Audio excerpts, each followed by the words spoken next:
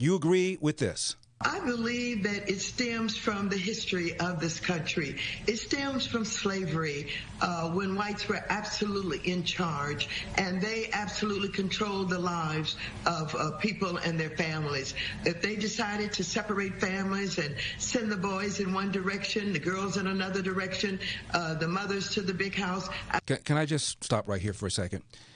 She's talking about why it is that the police feel that they have this kind of authority and they can brutalize black people. And you hear her talking about how they, meaning white people, destroyed the family, yada, blah, etc. Why doesn't she spend a little bit of time talking about what the welfare state has done to the family, since she's so concerned about what slavery did to the family? And I've said to you many times, even during slavery, a kid was more likely to be raised under a roof with his biological mother and biological father than today. But for some reason, Maxine Waters wants to talk about what slavery did to the family, but she doesn't want to talk about what the welfare state has done to the family. I digress. I mean, they've always been in charge, and I think that this... They have always been in charge.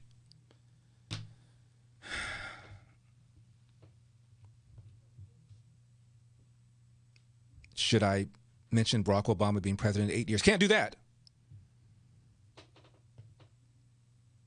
Shall I mention cities like Baltimore, where the number 1 and number 2 of the police department, black, when Freddie Gray died in police custody? City council, 100% Democrat, majority black. 3 of the 6 officers, black. The judge, before whom 2 of the officers tried their case, black. The state attorney who brought the charges against the 6 officers, black.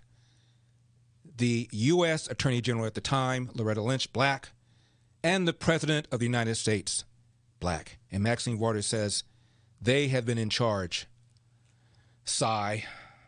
Thinking about the need to control, the need to, make sure that people stay in their place, so-called, has been, what has been basically what has happened in America for all of these years. And I think it continues in various ways, sometimes a little bit more sophisticated ways, but the police, I think, really believe, and in some ways are led to believe, that their greatest challenge and their greatest chore is to keep, black people in their place. Did you hear any exceptions, any qualifications?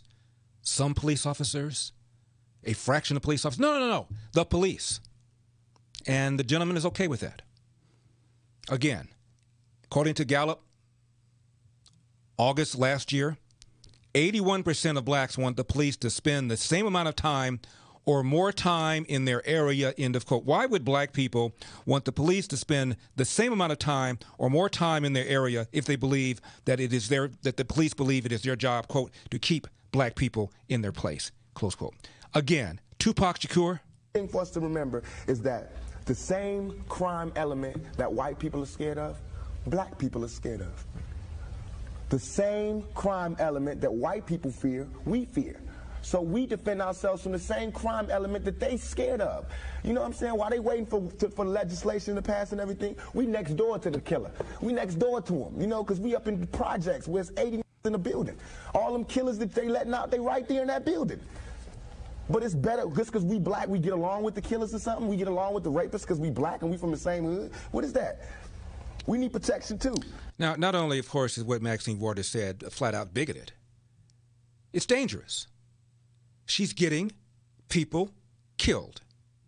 It's called the Ferguson effect. Because the police have been unfairly accused of being racist, they pull back. Bad guys know it. And innocent civilians, when they have an interaction with the police, if they're young black, why would you comply?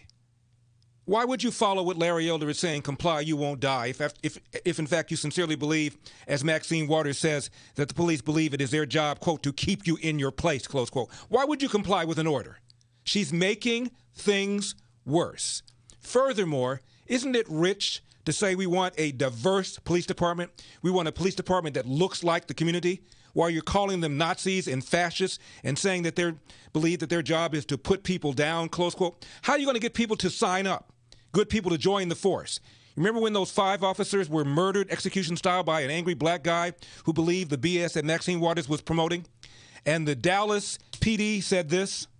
And my first beat was my old neighborhood, and that was just happenstance. I'm the kind of person that I probably wouldn't protest or complain.